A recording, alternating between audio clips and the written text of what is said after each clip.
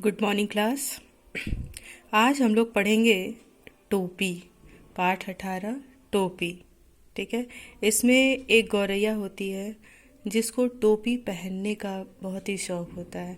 वो जब रंग बिरंगी टोपी किसी को देखती है पहनते हुए तो उसको भी लगता है कि हमें भी एक टोपी मिल जाए तो उसे पहने। तो देखिए वो किस तरह से उस टोपी को पाने के लिए उसको क्या क्या करना पड़ता है, किस किस तरह के जतन करने पड़ते हैं और उसको तब वो टोपी मिल पाती है। कैसे वो जो रुई बनाने वाला है उसके पास जाती है, थोड़ा सा रुई लेकर के, फिर रुई से जो धागा बनाता है उसके पास जाती है, फिर जहाँ कपड़ा बनता है वहाँ जाती है, फिर जो टेलर है वहाँ जाती है। मतलब उसको एक टोपी बनवाने के लिए बहुत सारे प्रयास करने पड़े तब जाकर के उसकी एक टोपी बन पाई। तो आइए देखते हैं कि वो टोपी क्या है और ये टोपी कहानी जो है वो हमें किस तरह से बता रही है। देखिए, एक थी गौरैया। गौरैया आप जानते ही हैं, एक चिड़िया के बच्चे को कहा जाता है। चिड़िया, एक चिड़िया होती है, उसकी प्रजाति एक गौरैया है। और एक था गौरा, है ना। यानी नर जो थी, मादा थी वो गौरैया और नर क्या था, गौरा। गौरा। एक थी गौरैया और एक था गौरा। दोनों एक दूसरे से परम संगी थे। जो गौरा और गौरैया थे वो दोनों एक परम मित्र थे। संगी का मतलब होता है मित्र, दोस्त। तो वो दोनों बहुत ही परम यानी बहुत गहरे मित्र थे। जहाँ जाते, जब भी जाते, साथ ही जाते, साथ हंसते रोते, एक साथ खाते पीते, एक साथ सोते। मतलब कुल कहने का मतलब कि वो दोनों इतने अच्छे दोस्त थे कि वो जहाँ कहीं भी जाते एक साथ जाते, एक साथ हंसते, एक साथ बोलते। ये एक साथ हंसना बोलना खाना एक एग्जाम्पल है, उदाहरण है उनकी मित्रता कितनी गहरी थी ये दर्शाने के लिए। ठीक है। अब देखिए क्या होता है कि एक साथ खाते, एक साथ हंसते रोते, एक साथ रहते सोते।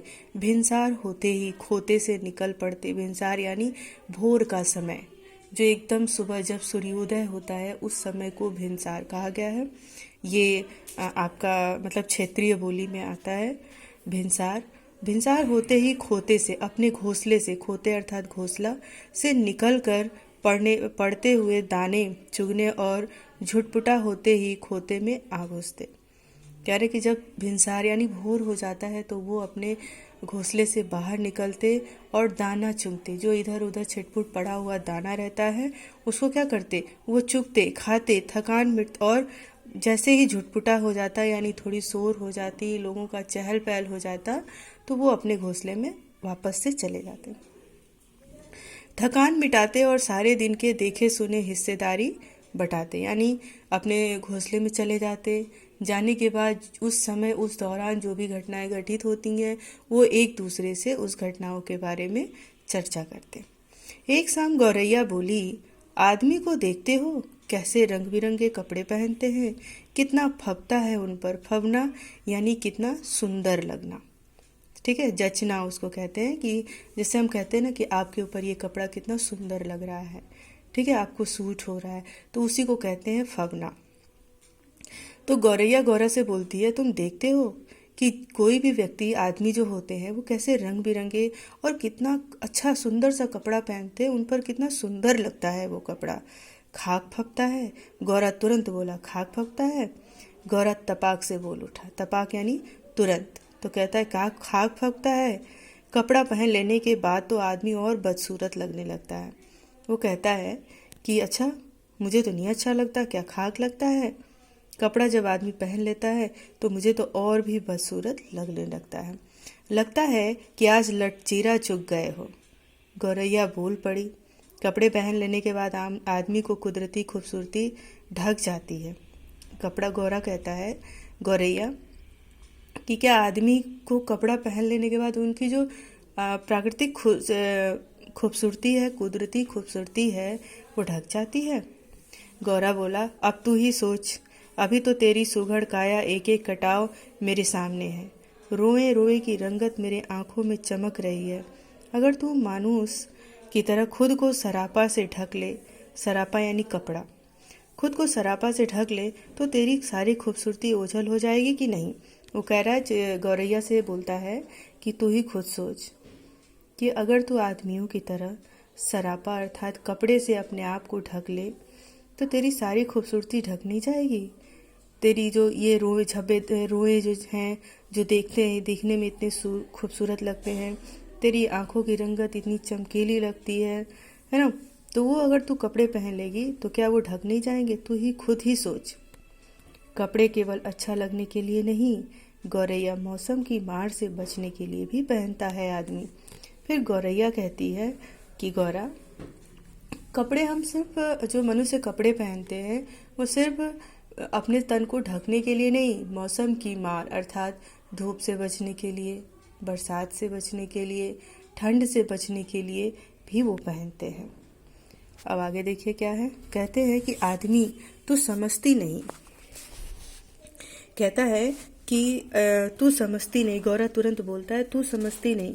गौरा हंस कर बोला, कपड़ा पहनकर बड़ा गर्मी बरसात सहने की उनकी सकत भी जाती रही और कपड़े का बड़ा लफड़ा भी है। कपड़ा पहनते ही पहनने वाले की औकात का पता चल जाता है। वो कह रहा है कि तू समझती नहीं है। गौरा हंस कर बोला, कहता है कि कपड़ा पहन पहन कर बड़ा गर्मी बरसात सहने की उनकी सकत भी जाती है। यानी जो गर्मी बरसात से हम लोग अपने आप को, मेरा तन हम लोग का जो तपता है और हमें गर्मी बरसात सहने की जो क्षमता होती है, कहीं न कहीं कपड़ा पहन लेने से वो शायद कम हो जाती है। सकत यानी उसकी शक्ति की बात कर रहा है। और इस कपड़े का बड़ा लफड़ा भी है। और कहता है ये जो कपड़ा है ना, इसका बड़ा लफड़ा ही है। कपड़ा पहनने वाले की औकात पता चल जाती है। भाई हम कहते हैं ना कि उनका कपड़ा इतना महंगा है, इस ब्रांड का है, इस कलर का है, तो कहीं ना कहीं कपड़ों से, हमारे पहनावों से हमारी स्थिति का भी अनुमान लगाया जा सकता है। वही गौरा कहता है कि कपड़ा पहनने में बहुत लफड़ा है, यानी बहुत ही झंझट है। लफड़ा अर्थात झंझट है। कहीं ना कहीं कपड़े पहनने से हमारी औकात का भी पता चल जाता है।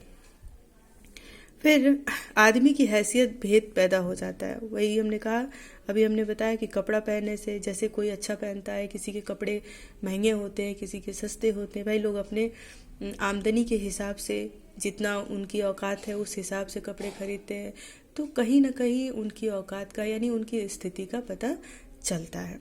फिर भी आदमी कपड़ा पहनने से बाज नहीं आता। गौरा बोलता है उसके बावजूद इतना जानते हुए भी आदमी कपड़ा पहनने से बाज नहीं आता। गौरैया बोली, नित नए नए लिबास सिलवाता है। यानी नित नए नए, नित अर्थात रोज, रोज नए नए लिबास अर्थात कपड़ा क्या करता है? वो सिलवाता है। यह निरा पोंगापन है। गौरा बोला, पोंगापन अर्थात पागलपन, जिसको हम कहते हैं ना, अरे बहुत ही बेवकूफ़ी भरा काम कर रहे हो। तो वही गौरा कहता है, इतनी सारी बातें बताकर कहता है कि ये निरा पागलपन ही है। गौरा बोला, आदमी तो लिबास में फकत लाज ही ढकता है। हाथ पैर जो चलने फिरने काम करने के वास्ते है, उन्हें भी दस्ताने और मोजे से ढक लेता है। सिर पर लटे हैं, लट्टे अर्थात बाल, उन्हें भी टोपी से ढक लेता है। अपन नंगे ही भले हैं। फिर वो गौरा इतनी सारी बातों का बखान करके कहता है, और हम लोग नंगे ही भले, यानी बिना कपड़ों के ही अच्छे हैं। आगे देखिए क्या कहता है, उनके सिर पर टोपी कितनी अच्छी लगती है। गौरैया बोली। फिर गौरैया उसकी गौरा की बात को काटते हुए कहती है, अच्छा तूने ये महसूस किया है कि उनके सिर पर जो टोपी है वो देखकर कितनी सुंदर लगती है? मेरा भी टोपी पहनने का मन करता है। फिर गौरा बोलता है, तू टोपी पाएगी कहाँ से? टोपी तो आदमियों का राजा पहनता है। गौरा बोलता है, अच्छा लेकिन तू टोपी पाएगी कहाँ से? क्योंकि टोपी तो आदमियों का राजा ही पहनता है, तू जानती नहीं? एक टोपी के लिए कितनों का टाट उलट पलट जाता है। जरा सी चूक हुई कि टोपी उछलते देर नहीं लगती। देखो, टोपी उछलना एक मुहावरा है, इसका मतलब होता है इज्जत उछलना, ठीक है। तो कहता है कि एक जरा सी चूक हुई नहीं कि टोपी उछलने में देर नहीं लगती। अपनी टोपी सलामत रहे, इसी फिक्र में कितनों को टोपी पहनानी पड़ती है। देखो, इस टोपी का दो अर्थ, एक तो टोपी जो हम सर पे लगाते हैं, और एक टोपी पहनाने का अर्थ होता है किसी को बेवकूफ़ बनाना। तो गौरा कहता है कि इसी टोपी को संभालने के लिए न जाने कितनों को बेवकूफ़ बनाना पड़ता है, कितनों को टोपी पहनाना पड़ता है, अपनी टोपी सलामत रखने के लिए, अपनी इज्जत बचाने के लिए। मेरी मान तो तू इस चक्कर में पड़ ही मत। गौरा था तनिक समझदार, इसलिए सक्की जबकि गौरैया थी जिद्दी और तुल की पक्की, यानी जो ठान लेती थी, जिद उसकी जो थी वो बिल्कुल पक्की थी, जो ठान लेती थी बस उसको करने के लिए तत्पर हो जाती थी। ठान लिया सो ठान लिया, उसको भी जीवन का लाभ मान लिया गया। कहा गया है जहाँ चाह है वहीं राह है। मामूल के मुताबिक अगले दोनों दिनों घूरे पर चुगने निकले। चुगते उसे रुई का एक फाहा मिला। मामूल जो थे, जो इसके लेखक हैं, उन्होंने उसके मुताबिक, यानी वो कहानी में बताते हैं कि अगले दिन वो दोनों गौरा और गौरैया जैसे खोते से बाहर निकलते हैं भोर के समय, तो घूरे पे, यानी जहाँ पे कूड़ा उड़ा रखा जाता है उसको घूरा बोला जाता है, तो वहाँ पे वो दाने चुगने के लिए निकलते हैं। वहाँ पे उनको एक रुई का फाहा मिल जाता है। मिल गया, फिर मिल गया, मिल गया, मिल गया, ऐसा कही गौरैया मारे खुशी के घूरे पर ही लौटने लगी। जब वो रुई का फाहा उसे मिल जाता है तो वो चिल्लाने लगती है खुशी के मारे, मिल गया, मिल गया, मिल गया, ऐसे करके, और वो घूरे पे ही लौटने लगती है। अभी तक के लिए बस इतना ही। आगे की नेक्स्ट क्लास में पढ़ाया जाएगा। तब तक आप इस कहानी को दोहराइएगा, और जो चीज़ नहीं समझ में आएगा, जिन शब्दों का अर्थ नहीं समझ में आएगा, उसे आप पूछेंगे। Thank you.